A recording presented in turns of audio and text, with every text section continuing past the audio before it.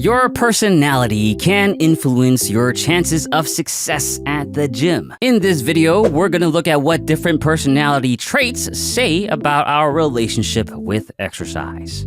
We generally understand that our personality influences basically all our behaviors and motivations. And in terms of fitness, that means our personality can impact how likely we are to exercise and why we want to exercise in the first place, which in turn can impact our ability to achieve our fitness goals. So by using a bit of science, let's get to understanding why that one friend is always happy to go to the gym while you're physically and emotionally struggling with your warm-up. Now, the studies we're going to look at specifically uses the 5-factor model to evaluate personality. This model, which is based on decades of empirical research, attributes personality to how much one aligns with 5 broad but distinct personality traits. These traits are extraversion, openness, conscientiousness, neuroticism, and agreeableness. Let's break things down one personality trait at a time. First up is extraversion, the personality trait characterized by high sociability, energy, and enthusiasm for stimulation through social interactions. So how does extraversion influence exercise? For the most part, it can influence exercise quite a bit in a good way. Unsurprisingly, people with high extraversion are largely motivated by social engagement. So places with a lot of people, especially people with a shared interest, like a gym, is perfect for them. That's probably why the research generally shows a strong relationship between extraversion and increased exercise frequency and physical activity. The next personality trait is openness, which is characterized by high curiosity, creativity, and willingness to try new experiences. Now, high openness is associated with greater motivations to improve mental health and stress through exercise,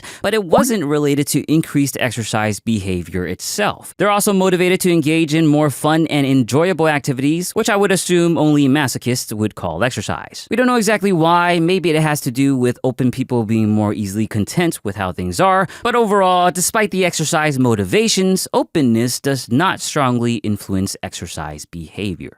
Next up, we have conscientiousness, the personality traits associated with organization, dependability, and goal-directed behavior. Based on the definition alone, it's not much of a surprise that conscientiousness can positively influence exercise. And the great thing about high conscientiousness is that motivations tend to be more intrinsically driven. In other words, people with high conscientiousness are motivated to exercise simply because they perceive exercise as good, and that is good enough. High conscientiousness is also associated with greater follow-through and consistency. Overall, conscientiousness is perhaps the most positively influential personality trait one can have for exercise. The fourth personality is neuroticism, classified as having emotional instability, anxiety, and negative emotional experiences. The research shows that, unlike the other personality traits, people with high neuroticism tend to exercise not to achieve, but to avoid things, like feeling guilty or embarrassed. There might also be a self-worth component, which drives motivation to improve things like body appearance and weight to avoid social pressure. All in all, high neuroticism tends to lead to lower exercise behaviors.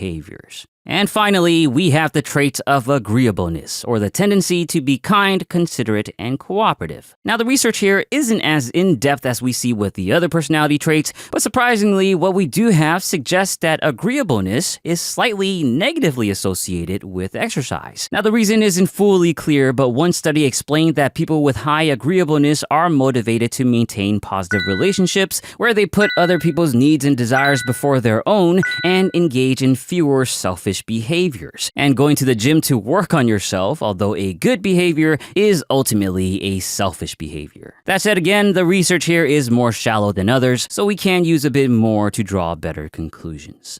As we can see, there are some clear relationships between exercise and your personality. But honestly, we're really only scratching the surface here. There's actually more traits, known as lower-level facet traits, that dig further into the 5-factor model. And to be completely transparent, the 5-factor model, although generally well-perceived, isn't completely free of criticism. But I do think it's fair to say that we should at least think about how our personalities can affect our motivations, which we can then use to strategize the best approach for our training. Keep an eye out for more content on this in the future. If you enjoyed this video, then please give it a motivational thumbs up and share it with your personality-loving friends. Subscribe for more and let me know what you think about personality and exercise in the comments. As always, thank you for watching, and don't forget to get your protein.